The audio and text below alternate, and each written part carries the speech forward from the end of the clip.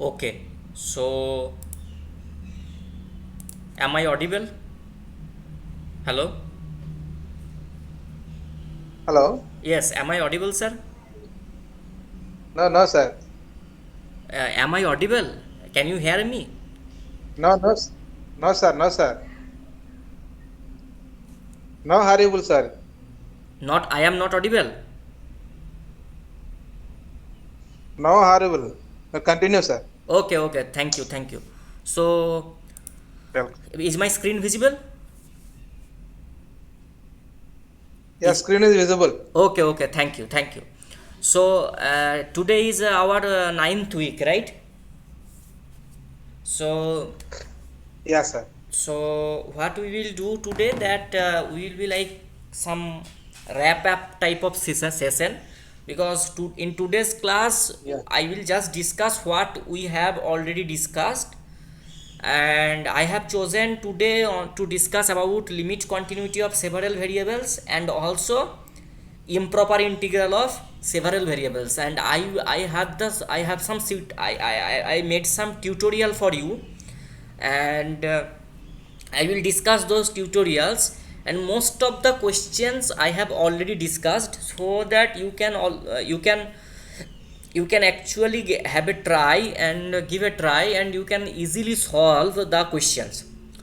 So without a delay, so let's start. Hello everyone, I am Shankhanarayan Chattopadhyay and I am doing PhD at Indian Institute of Technology, Ropar, Department of Mathematics, and I am in my PhD second year, and I am your teaching assistant for the course Engineering Mathematics 1 offered by the NPTEL platform, and the course code is NOCMA88, and Professor Jitendra Kumar is the course instructor, and he is currently our HOD at our department and also a full-time professor at the Department of Mathematics in Indian Institute of Technology, Ropar. So first of all, I will discuss about limit and continuity of several variables. So several variables means more than one variables. Okay. Usually we will encounter several variables by saying we will say several variables, but we will encounter only variables considering consisting two variables. Okay, so there is actually one problem that for the given functions. So first problem is that for the given functions fxy, find the function's domain. That means that the subset of R2 on which the function is defined, that means the domain of definition. The function's range, that means if you take an for example, there are like there exists a point x in the domain, and if you calculate at fx, and then if you collect all the values of fx, then the set containing all the values of fx for each x belongs to the domain is actually the function's range. And also the function's label curves. What is function we say by saying function's label curves? Label curves is nothing but when you compare this fxy equal to, with a constant c, that will be your label curve. Okay, just nothing but fxy with equals to some constant c. Find the boundary of the domain, that means the endpoints of the domain. We have to determine the domain is an open region, a closed region, or neither. What is means by saying open region? It will be said like open region if it is like a disk not containing the boundary, and a closed region means that it is a disk containing the boundary, or neither means it is neither open nor closed. That are called actually closed, neither open neither closed set. And we have to decide whether the domain is bounded and unbounded. So first of all, fxy equal to y by x square. Now fxy equal to y by x square. So see, fxy equal to y by x square. So what is the domain? The domain is all such points where x is actually 0. So the domain for this function is entire R2 plane, but except the y-axis, except the y-axis, because we know that if in R2 plane there are two axes, one is the x-axis, other one is the y-axis, and the equation for y-axis is x equals to 0. So if you say that the domain, and the domain will be nothing but R2 minus the y-axis, and y-axis x equals to 0 means y-axis, and its range is R itself. And what does it mean by saying level curves? Level curves means fxy equal to y by x square equal to, so y by x square equal to c, you just take y equal to c by x square equal to c. Now take c equal to 1, c equal to 2, c equal to 3, you will get different parabolas. So these are the level curves. Okay, and what is the boundary of this domain? The boundary of this domain is nothing but the y axis. This is the equation, this is the expression for y axis. And why D is open set? D is open set because if you consider any point belonging to uh,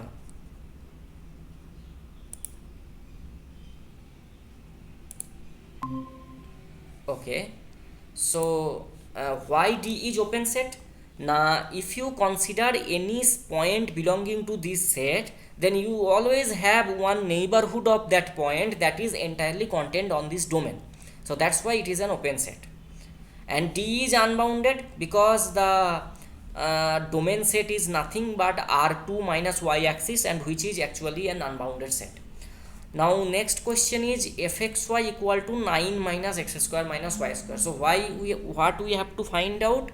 We have to find out the function's domain, the function's range, function's level curves, boundary of the domain. We have to determine whether the domain is an open region, a closed region, or neither, and decide whether the domain is bounded or unbounded. Now let's see that fxy equal to square root of 9 minus x square minus y square. Now this square root function will be defined only when this 9 minus x square minus y square, that will be greater than or equal to 0, right? So otherwise square root will be of some negative number, and that will be a complex number that is not defined here, right?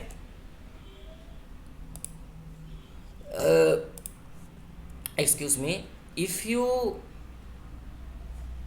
anybody wants to join? No. Okay, so fxy equal to square root of 9 minus x square minus y square. So this square root function is actually defined only when that is a positive quantity, otherwise you cannot just take square root of anything. Okay, so the domain will be those points for which this 9 minus x square minus y square will be greater than or equal to 0. That means x square plus y square less than or equal to 9. And what does it signify? It means that it is a circular disk containing the boundary and with radius 3. So, and what is the range of this function? The range, if you take any xy belonging to this domain, the range set will be closed interval 0 to 3. What will be the label curves? Label curves will be this square root of n minus 9 minus x square minus y square equal to c. And if you put c equal to 1, then take square root, then it will represent some a circle with radius 8 and all, and for c equal to 0 we will have a circle of radius 3. For c equal to 1 you will have a circle of radius square root of 8, and if you take square c equal to 2, then the circle will be a square root of with radius square root of 5, and if you take c equal to 3, then x square plus y square will be 0, which means the origin. So these are the representation, graphical representation of the label curves.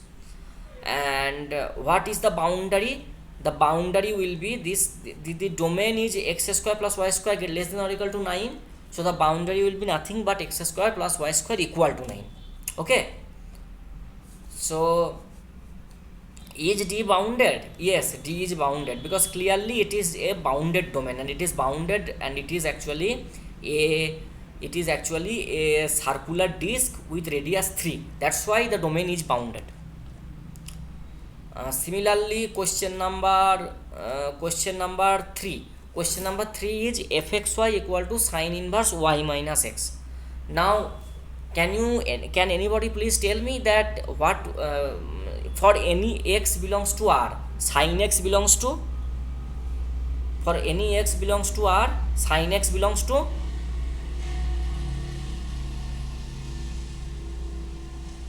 okay, so for any x belongs to R, sin x belongs to -1 to 1, right?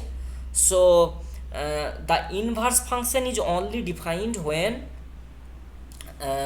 say fxy equal to assume that ft equal to sin inverse t, okay. So ft equal to sin inverse t, this inverse function is defined only when t is less t minus 1 less than or equal to t less than or equal to 1. So what will be the domain of this function?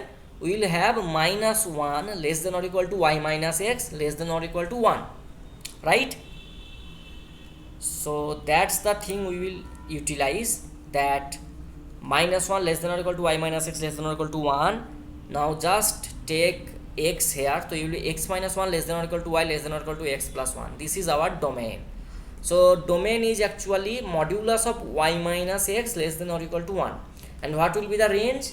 The range, whatever maybe you take the inverse function, the principal range will belong from minus pi by 2 to pi by 2. And what will be the label curves? Just put sin inverse y minus x equal to c. If you take c equals to 0, then it will be y equal to x, and c equal to minus pi by 6, that will be symmetric around this c equal to 0. Then we will get actually the straight lines as label curves. Now question number this is, find an equation for the level surface of the function fxyz equal to ln x square plus y plus z square passing through -1, 2 and 1. So what we have to do? We have to just put that fxyz equal to c. So ln x square plus y plus z square, this is equal to, just write c, and then instead of x, y and z, put these values -1, 2 and 1. Then you can eliminate the constant c, and then eventually you can get that ln x square plus y plus z square equal to that value of c, and eventually you will get the level surface of the function. Okay, so okay, I am just giving you 1 or 2 minutes to think about this problem. So, and I think you can easily solve. Just think for 1 or 2 minutes, then I will once again I will discuss about the solution.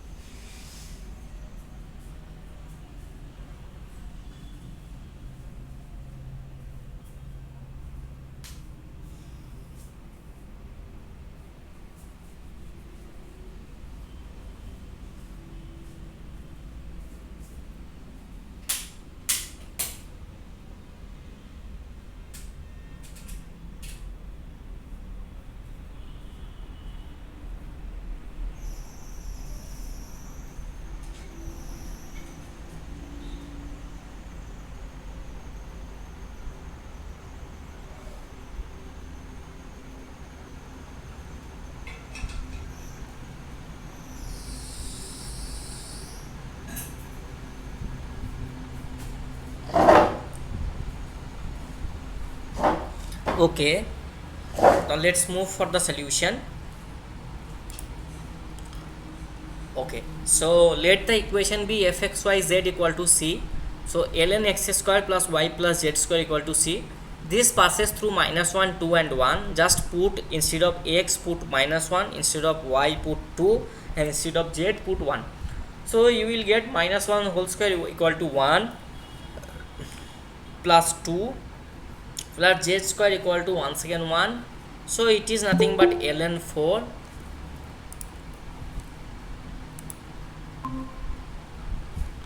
So it is nothing but ln 4. So the equation is x square plus y plus z square equal to e की power c, and e की power c means e की power ln 4, which is equal to 4. So x square plus y plus z square equal to 4 is your corresponding equation of the surface, level surface.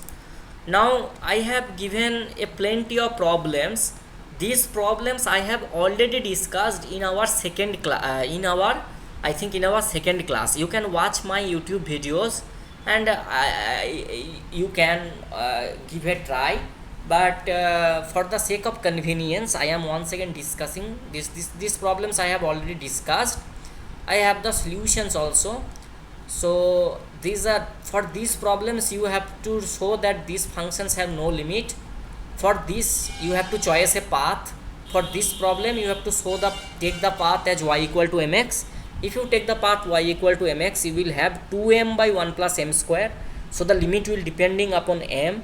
So that's why limit does not exist, because we know that if limit exists then it is unique. fxy equal to xy by modulus of xy. Once again you have to take y equal to mx, and this is actually a sine function, signature function. So that's why that value will actually depend upon m, the sine of m. So once again that function has not any limit. And for this also you have to take y equal to mx, and if you take y equal to mx, that just x you can keep it outside, so it will become as minus 1 by square root of 1 plus m square, which actually depends upon m. So that's why this function also have in this function also don't have any limit. This is actually an application of Taylor. You can apply sandwich theorem. Here also you can apply sandwich theorem. And here also how 6 ABC you can do. You have to show that whether limit exists or not. These questions I have already discussed. Here you have to use the epsilon delta definition. Here there is also, you have to determine that where the function is continuous, and you will get that the function is continuous, that the function where it is continuous or not. There is also this problem. So these problems I have already discussed it in my second class. So but still I have again given you these problems so that you can try on your own. And also I have solutions here also. I will upload these solutions so that you can actually check your whether you are correct or not. I have already adjusted these solutions. So next I will discuss about the convergence of some I will discuss some problems about improper integrals. So these, I will start by question number 5. We have to evaluate the improper integral, integration 2 to infinity x plus 3 by x minus 1 x square plus 1 dx. So how to solve this problem? Okay, see, we have to evaluate the improper integral x plus 3 by x minus 1 by x square plus 1 dx. So what we will do, we will use the partial fraction technique. So we can write x plus 3 by x minus 1 into x square plus 1 as a by x minus 1 plus bx by c by x square plus 1, right? So if you multiply by this side, you will get as you will get as x plus 3 equal to a into x square plus 1 plus bx plus c into x minus 1.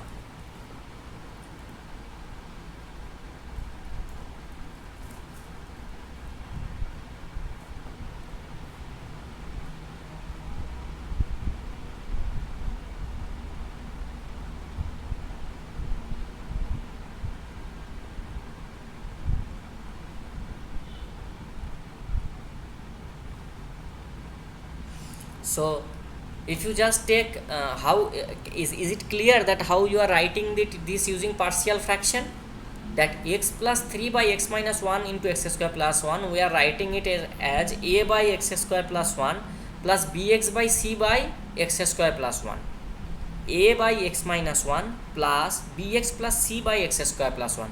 Now if you multiply by this denominator, you will get as x plus 3 equal to a into x square plus 1 plus bx plus c into x minus 1. Now x plus 3 equal to a into x square plus a plus b into x square bx into x equal to bx square plus c into x equal to cx, and bx into minus 1 equal to minus bx, and c into minus 1 is minus c. So x plus 3. Now compare the likewise terms. So this is x plus 3, and in the right hand side it is a plus b into x square plus c minus b into x plus a minus c is the constant term. So if you compare the likewise terms, you will get that the coefficient of x square in the left hand side is 0, so a plus b equals to 0. The coefficient of x in the left hand side is 1, so c minus b will be equals to 1, and the constant term here is a minus c, and here the constant term is 3, so a minus c will be equals to 3. From here you will get that b equal to minus a. From here if you put b equal to minus a, you get c plus a equal to 1. Here you rearrange the terms. This is a minus c equal to 3, you can write it as minus c plus a. So now if you add them up, you will get minus c plus c cancels one another, and a plus a is 2a, and 1 plus 3 is 4, so a equal to 2. So if a equal to 2, what does it mean? That b equal to minus a mean b equal to minus 2. Now c minus b equal to 1, so c equal to 1 plus b. Now b equal to minus 2, put b equal to minus 2, so c equal to minus 1. So now we can write this function as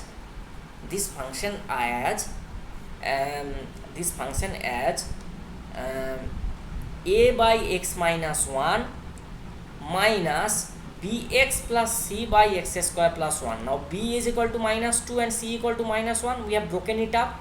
So minus 2x by x square plus 1 minus 1 by 1 plus x square dx. So now if you just integrate it, this is actually an improper integral of type 1, because it has infinity at the upper end limit. So if you integrate it, you will get 2 into ln x minus 1. If you integrate it, you will get minus ln into x square plus 1. If you integrate it, you will get minus tan inverse x, and the limit is from 2 to m. So this will be 2 ln m minus 1 minus ln m square plus 1 minus tan inverse m minus 2 ln 1, because just put x equal to 2, you get minus 2 ln 1 plus ln 2 square plus 1 equal to ln 5 plus tan inverse 2. So if you just adjust these ln terms, you get ln m minus 1 whole square by m square plus 1 minus tan inverse m. ln 1 is 0, this is ln 5 plus tan inverse 2. Now if you just consider here, because ln is a continuous function, so you can put a limit inside. So if you take limit inside, you get this function as infinity by infinity form. So then if you conduct L'Hopital's rule, then you will get that eventually this turns out to be ln 1, and ln 1 is actually 0. So that's why this term eventually vanishes. And minus tan inverse m, this tan inverse m when m tends to infinity, that is minus pi by 2 plus ln 5 is a constant term. ln 5 remain, if you take limit m tend to infinity, that is remaining ln 5. And if you take that, so once again tan inverse 2 is also a constant term, so that will become plus tan inverse 2. Next we move to this problem. Sixth problem, we have to check the convergence of the following improper integrals. Okay, we have to check the convergence of the following improper integrals. We have to show that this type 1 integral 1 to infinity dx by 1 plus e की power x, this type 1 integral integration 1 to infinity cos x by x to the power p dx for p greater than 0, they are actually whether they are convergent or not.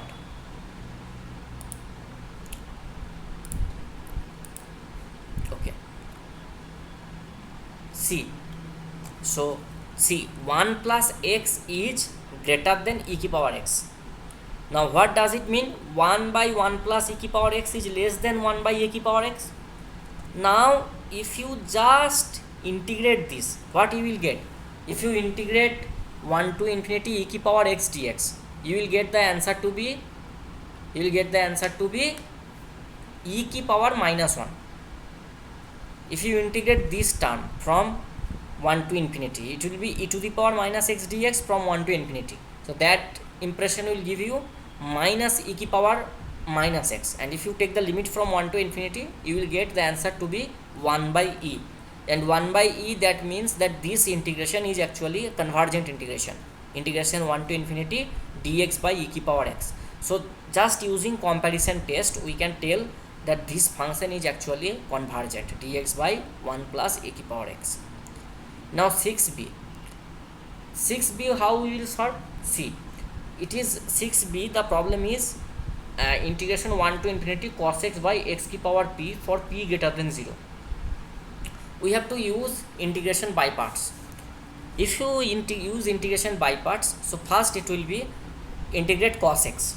So if you integrate cos x, putting 1 by x ki power p outside, you will get integration of cos x is sin x by x ki power p. The limit goes from 1 to infinity, plus there will be minus sign, but if you differentiate x ki power minus p, that will eventually give you 1 minus p, and that minus and integration here 1 minus, that eventually gives you plus into p x ki power minus p minus 1, and once again integration of cos x, and integration of cos x is sin x, so eventually you will get this as p x ki power minus p minus 1 sin x dx. And if you put the limits 1 to infinity, then you will get it as a minus sin 1, because sin x is a bounded function, and if you take infinity to the power p, because p greater than 0, you will get sin infinity by infinity to the power p will be equals to 0 minus, and sin 1 by 1 to the power p is nothing but minus sin 1, plus integration 1 to infinity p x to the power minus p minus 1 sin x dx. Now sin x from 1 to infinity, you are taking this. Now sin x is always less than or equal to 1, so that's why this integration value is less than or equal to minus sin 1 plus p integration 1 to infinity dx by x ki power 1 plus p. Now dx by x ki power 1 plus e, this is a p integral, and this p integral converges only when p plus 1 is greater than 1, that means p greater than 0. Hence by comparison test, we are applying comparison test on this integral. Eventually we are getting this integral, and by using the comparison test, we can tell that by comparison test the integration 1 to infinity cos x by x ki power p dx converges if p greater than 0.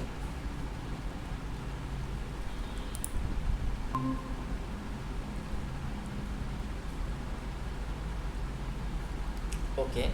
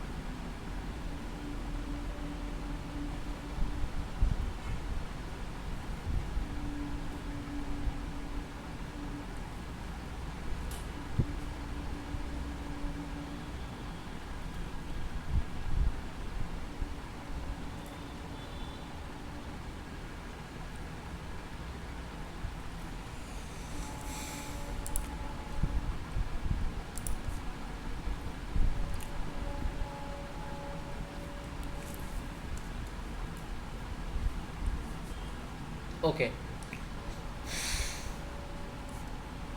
now we will move to our seventh problem. The seventh problem is we have to use integration, direct comparison test, limit comparison test to test the integrals for convergence.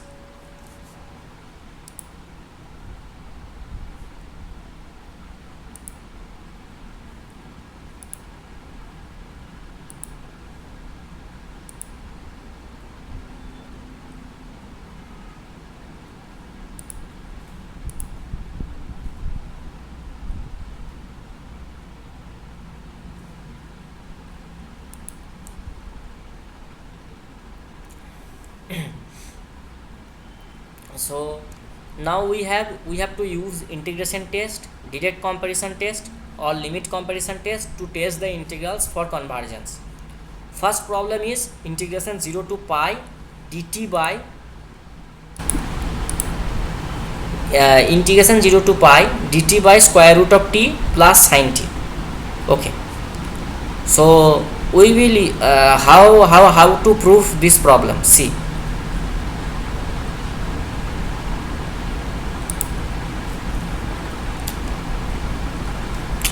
so we will use integration, direct comparison test, or either you have to use just integration, otherwise you have to use direct comparison test, otherwise you have to use limit comparison test to test the integrals for convergence. So first problem is integration 0 to pi dt by square root of t plus sin t. So here we have ft as 1 by square root of t plus sin t.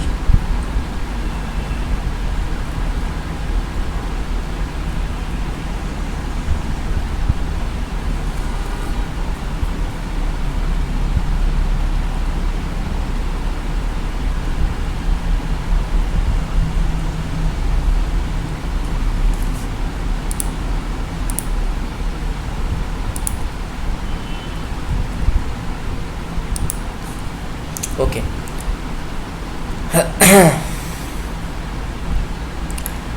so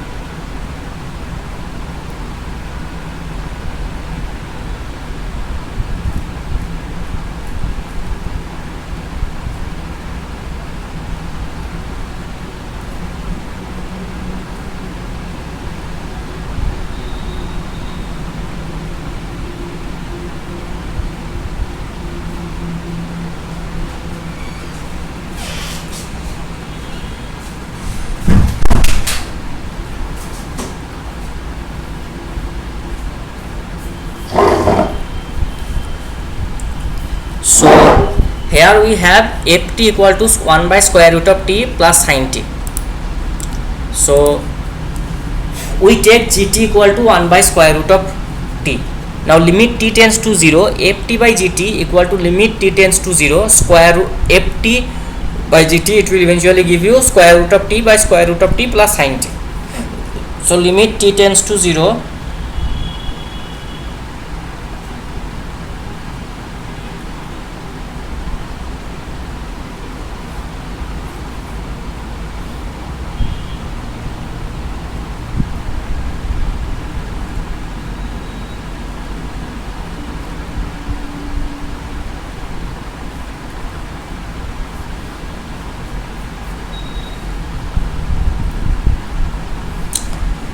so now if you use just divide by square root of t, then it will become 1 by 1 plus sin t by square root of t. We here use some manipulations to write it as 1 plus square root of t by sin t by t.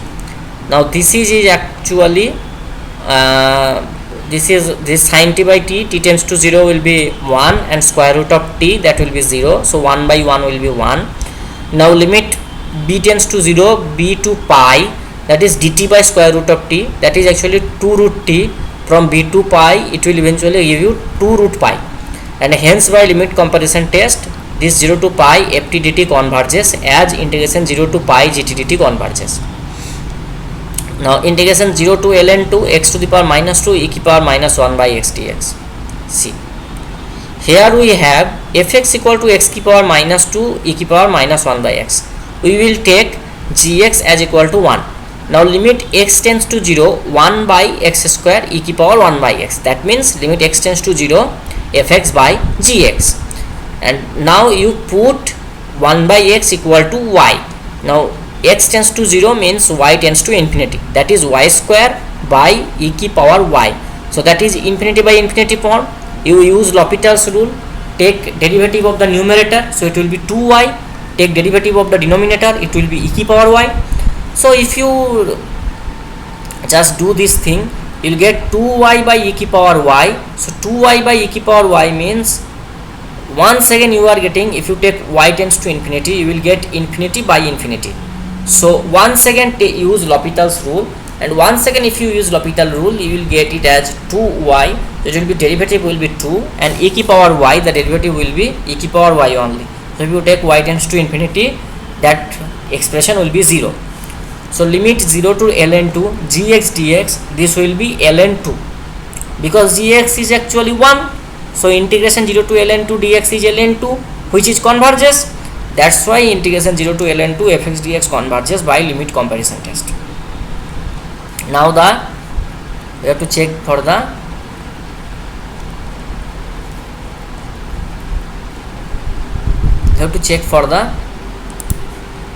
third problem. So 7c problem is integration 1 to infinity e ki power x by x dx. Integration 1 to infinity e ki power x by x dx. Okay, see it. Integration 1 to infinity e ki power x by x dx. Now what is e ki power x? E ki power x, if you use the Taylor series expansion, you will get e ki power x equal to 1 plus x square by factorial 2 plus x cube by factorial 3 plus and so on. So e ki power x, whenever x belongs to 1 to infinity, this e ki power x is actually greater than x square by 2 because you are adding all the positive terms. So if e ki power x is greater than x square by 2, e ki power x is greater than x square by 2, then e ki power x by x is greater than x by 2, which implies x by 2 is less than e ki power x by x.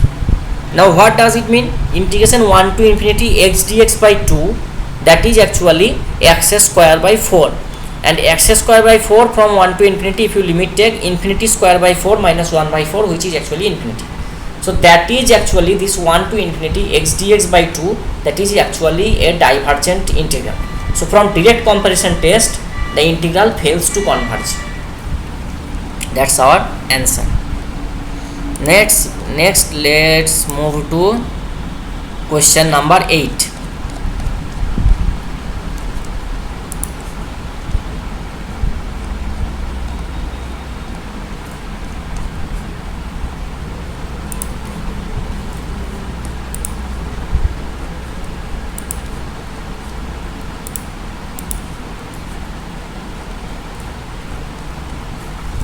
What is question number 8?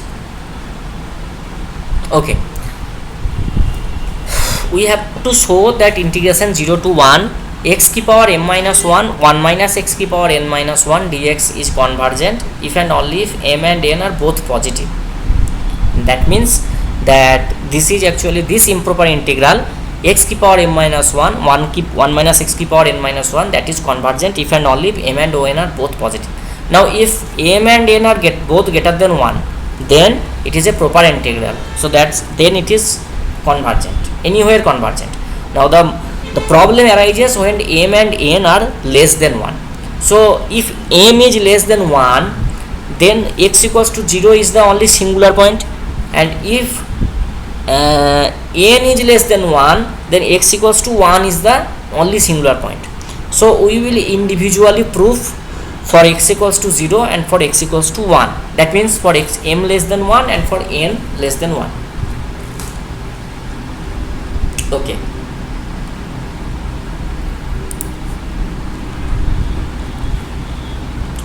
Integration 0 to infinity x ki power m minus 1 1 minus x ki power n minus 1 dx.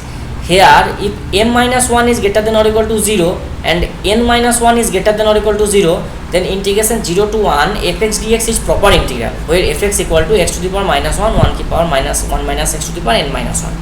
Now 0 is the only point of infinite discontinuity if m minus 1 is less than 1, and 1 is the only point of infinite discontinuity if n minus 1 is less than 0. Let us examine integration 0 to half fx dx when m less than 1 and integration half to 1 fx dx when n is less than 1. Convergence of integration 0 to half fx dx at x equals to 0. You take gx equal to x to the power m minus 1. Now use limit comparison test. Integration fx by gx, x की power m minus 1, x की power m minus 1 cancels one another, so this answer is 1. So limit x tends to, now limit b tends to 0, b to 1, x to the power m minus 1 when m minus 1 is less than 0. So what does it mean? Limit b tends to 0, x to the power m by m, b to 1 by m, limit b tends to 0, b to the power m by m.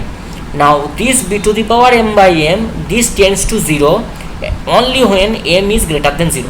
Otherwise it will create problem. That will be, if m is less than 0, then it will be, the answer will be minus infinity, because that then b will be b is, if you 0, you will it will get like, for example, if m equal to minus 1, then it will be 0 to the power minus 1, that means 1 by 0. So then it will becomes infinity. So then this integral fails to converge, and that's why this integral also converges by comparison test, limit comparison test, only when m is greater than 0. Similarly, convergence of half to 1 fx dx when n minus 1 is less than 0 and m greater than 0. Similarly, for half to 1 fx dx when x equals to 1 is the only singularity, take gx equal to 1 minus x to the power n minus 1. Once again, if you take limit x tends to 1 fx by gx, you will get it as 1. So limit b tends to 1 minus half to 1 minus x to the power n minus 1. If you integrate it, you will get it as 1 minus b to the power n by n minus half to the power n minus 1 by n to the power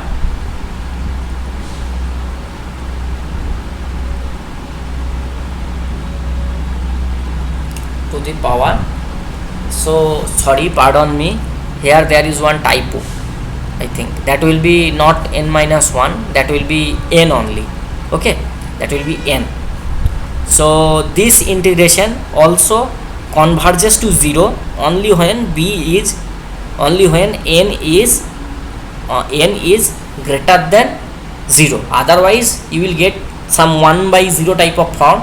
That's why by direct limit comparison test, this half to 1 fx dx converges only when n is greater than 0, and that's why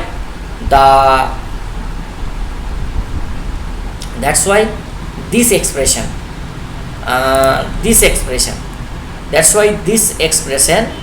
convergent only if m and n are both positive. Now we are to prove that integration 0 to infinity tan inverse ax minus tan inverse bx by x dx, this is pi by 2 ln a by b. How to prove it? Without a delay, let's move further.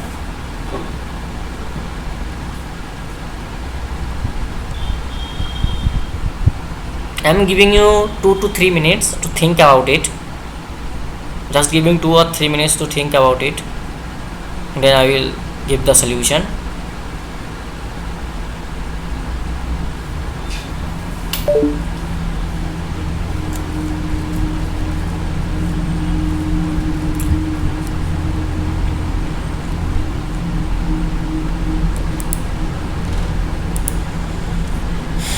Okay, we take phi x equal to tan inverse x.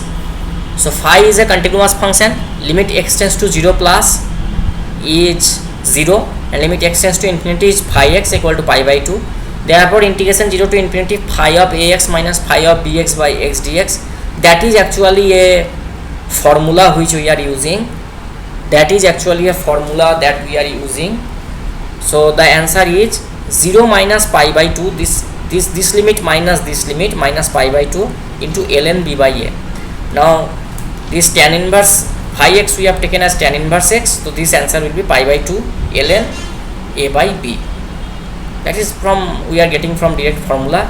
If you are trying to prove this, that integration 0 to infinity phi of ax minus phi of bx by x dx equal to, then that will be limit x tends to a phi x minus limit x tends to b phi x into ln b by a. That actually comes from multiple integral, using multiple integrals. Okay, So once again let's move to, so this will become actually pi by 2 ln a by b, because ln b by a, and if you swap with this minus term it will become as ln a by b.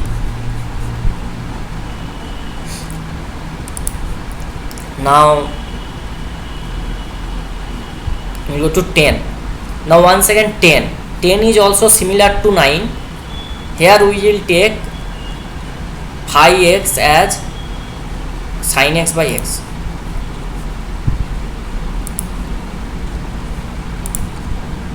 Take phi x equal to sin x by x. So limit x tends to 0 plus sin x by x is 1, we know it. Limit x tends to infinity, sin x by x equals to 0. So limit x tends to infinity, sin x by x equals to 0, which will eventually give you 0 to infinity phi of x by x, phi of minus phi of bx dx. So that is 1 minus 0 ln b by a. Now if you take b equal to 2 and a equal to 1, and if you take sine of ax minus sine of 2x by x, then that x will, if you multiply with this x, will be x square, and sin x minus sin 2x, sin x minus sin 2x by 2, that will eventually give you this sin x into 1 minus x term. So these are some problems of beta and gamma function. We have to prove that using beta and gamma functions these things actually hold. So I am giving you 2 to 3 minutes to think on the first problem 11a. Using beta and gamma function, prove that integration 0 to infinity square root of x e की power minus x cube dx equal to square root of pi by 3.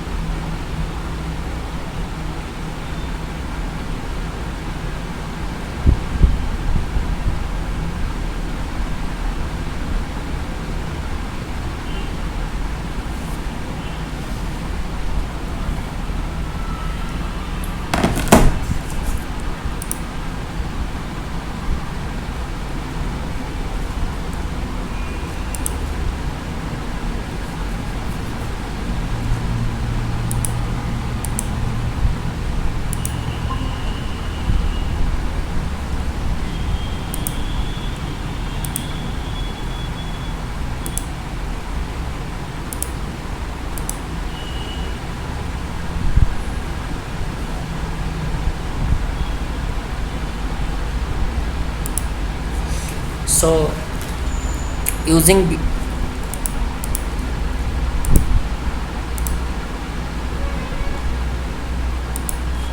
okay,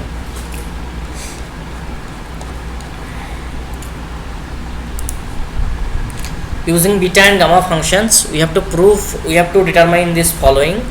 So integration square root of x e की power minus x cube dx, put x cube equal to y, then 3x square dx equal to dy, then dx equal to dy by 3x square, and x is equal to y की power 1 by 3, so that becomes 3y to the power 2 by 3.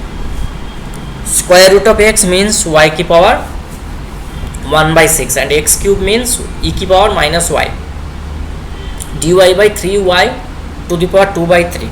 Now if you use it, the limit will remain from 0 to infinity e की power minus y, and if you adjust it, you will get it as 1 by 6 minus 2 by 3, that is minus half, and that minus half we can write as half minus 1 dy, and that is actually the gamma integral. And this gamma integral, the value of gamma half is square root of pi, so that is square root of pi by 3, square root of pi by 3, which was our answer, square root of pi by 3. Next question is integration 0 to infinity e to the power minus x a square x square dx. We have to prove that this answer is square root of pi by 2a, square root of pi by 2a.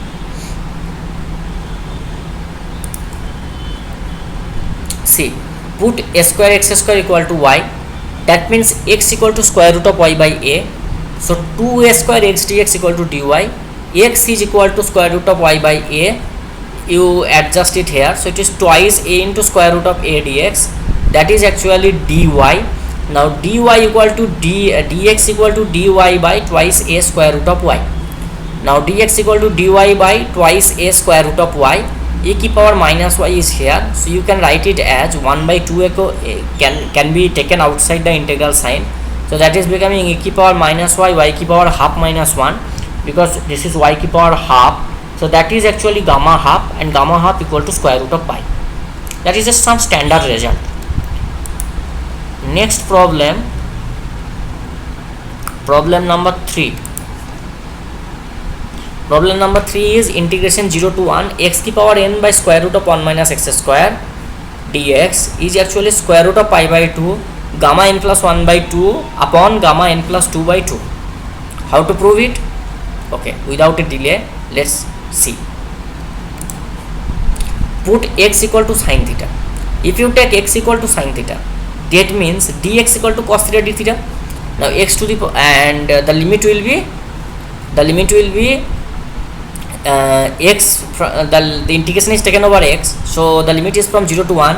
When you take integration from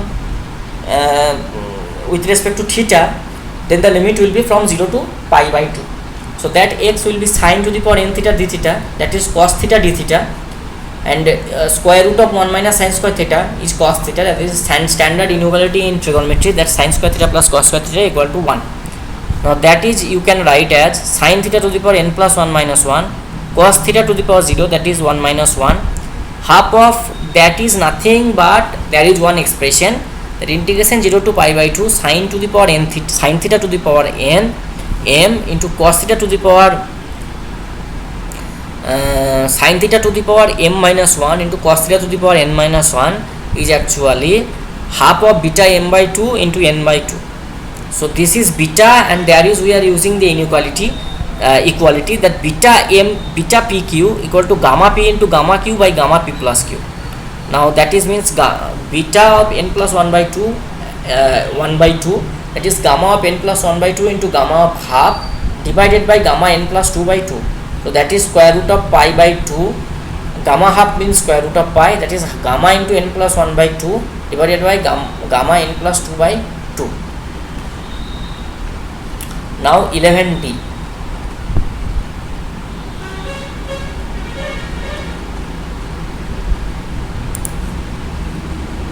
Now 11d. We have to prove that integration 0 to 1 x to the power p minus 1 1 minus x to the power r q minus 1, that is 1 by r beta p by r q. How to prove it? Without a delay, let's watch.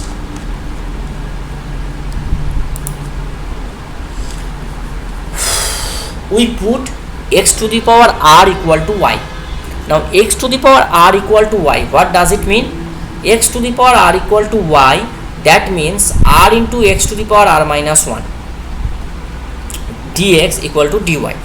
Now put here, that is we are writing at we are adjusting it as 1 by r x to the power r minus 1, so that will be x to the power p minus r, p minus r, then just instead of x put y, then that becomes p by r minus 1 and 1 minus y to the power q minus 1, that is dy. So this is nothing but beta p by r q, right? Beta to the power beta mn. So that is the answer. Now question number 4. Let's move to question number 4. What is question number 4? Integration 0 to pi by 2 x की power m by sin x to the power n dx is convergent if n is less than m plus 1. Is it clear? I am giving you 2 to 3 minutes to think on it. I will discuss it, that how to solve this integration 0 to pi by 2 x की power m by sin x to the power n dx.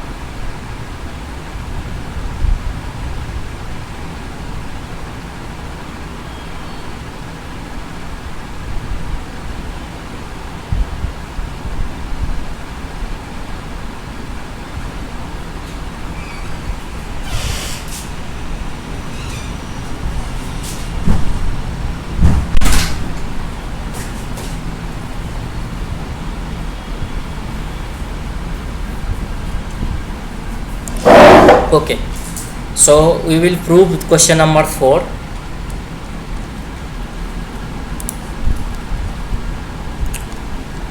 Integration 0 to pi by 2 x की power m, and we will adjust it by say x की power n, so that will become x की power m minus 1 dx. Now limit x tends to 0, sin x by x to the power n equal to 1. So only point of infinite discontinuity is at x equals to 0 when m is less than n, right? When m is less than n. Now we take x to the power n minus m as the for limit comparison test. Now resolution 0, fx dx will be 1. Also dx by x to the power n minus m, this is convergent only when n minus m is less than 1. That means n less than m plus 1. So by comparison test, this integration 0 to pi by 2 x to the power m by sin x to the power n dx is also convergent if n is less than m plus 1. So that's the answer. So I have discussed many problems. I will also upload these notes in the NPTEL portal where I usually when post, and also I have some more problems for you. I will discuss those problems.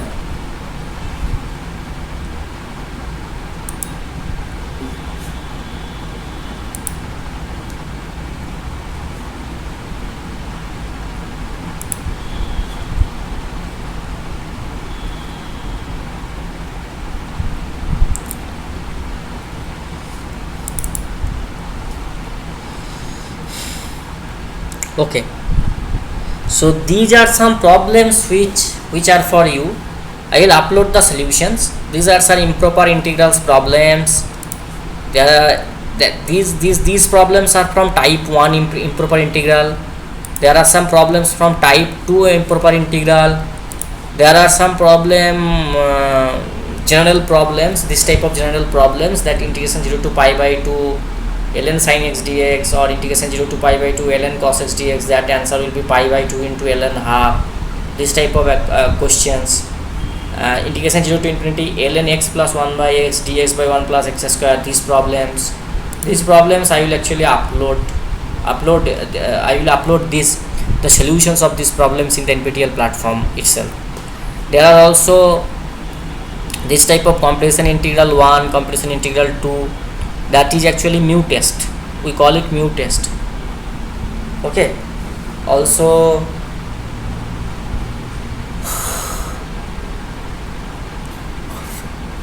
comparison integral for type 1. There are also lot of problems using comparison test for type 1. The mu test for type 2, there are also problem using mu test.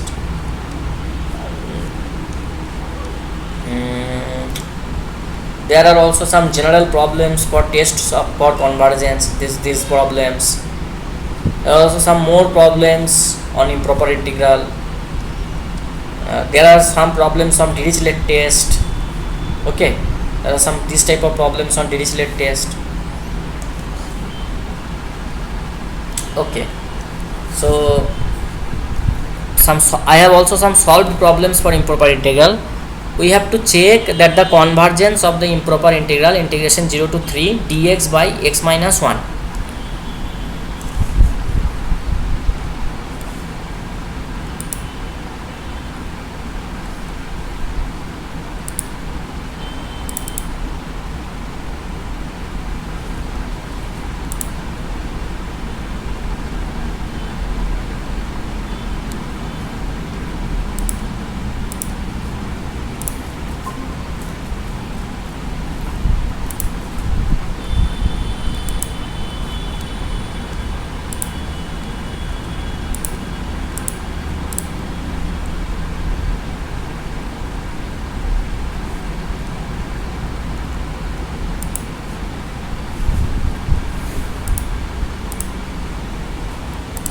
Okay, so we have to check the convergence of the improper integral 0 to 3 dx by x minus 1. That is actually a type 2 integral where the function, the bounds of the integral that are actually finite, but the function x minus 1 that has some discontinuity at the point x equals to 1. So integration 0 to 3 we will break it at the point x equals to 1. Integration 0 to 3 dx by x minus 1, if we break it we will get it as like integration 0 to 1 dx by x minus 1 plus integration 1 to 3 dx by x minus 1. Now take it as limit 1 tends to, epsilon tends to 0, integration 0 to 1 minus epsilon dx by x minus 1 plus limit delta tends to 0, integration 1 plus delta to the power 3 by dx by x minus 1. Now if you just integrate it you will get it as ln x minus 1. Here also you will get ln x minus 1. The limit is from 0 to 1 minus epsilon, the limit is from 1 plus delta to the power 3, and if you take it you will get it as like infinity minus infinity plus ln 2, and infinity minus infinity is actually indeterminate form, so the limit does not exist, and thus we get integration 0 to 3 dx by x minus 1 as a divergent series, divergent improper integral. Okay. For what values of p does the integral integration 1 to infinity dx by x to the power p converges, and what is its value? Okay, so write let equal I equal to 1 to infinity dx by x to the power p, limit n tends to infinity 1 to m dx by x to the power p equal to limit m to tends to infinity x to the power minus p plus 1. So if we integrate it to the x to the power minus p, so that will be becoming as x to the power minus p plus 1 by minus p plus 1. The limit is taken from 1 to m. That will be m to the power minus p plus 1 by minus p plus 1. So that limit n tends to m tends to p, m to the power minus p plus 1 equals to 0. Only if minus p less than plus 1 is less than 0, that means p is greater than 1, and that is actually infinity if minus p plus 1 is greater than 0, that is p is less than 1. So thus we get for p greater than 1 integration 1 to infinity dx by x to the power p is 1 by p minus 1. For p less than 1 we get 1 to infinity dx by x to the power p equal to infinity, and for p equal to 1 we get it 1 to infinity dx by x, which is ln x 1 to infinity. Ln infinity minus ln 1 is actually infinity, so we get for p less than or equal to 1 the integral diverges, and for p greater than 1 the given integral converges. Let a less than b and p is less than 1, does the improper integral a to b dx by b minus x to the power p converge? So how we have to prove? We have to prove that this function has singularity. This is a type 2 function, type 2 integral, and type 2 integral means that this has singularity at x equals to b. So if you take it as integration a to b dx by b minus x to the power p, limit epsilon tends to 0, a to b minus epsilon dx by b minus x to the power p. If you integrate it from a to b minus a, you will get b minus x to the power minus p plus 1 by minus p plus 1. And if you finally you do some calculation, and eventually you will get that the value of the improper integral as given p is less than 1, this dx by b minus x to the power p is p minus a to the power minus p plus 1 by p minus 1. Okay, these questions I have already discussed. Okay, these questions I have already discussed, these problems. So thank you everyone for joining with me. We will meet once again in the next week. Thank you. Bye bye.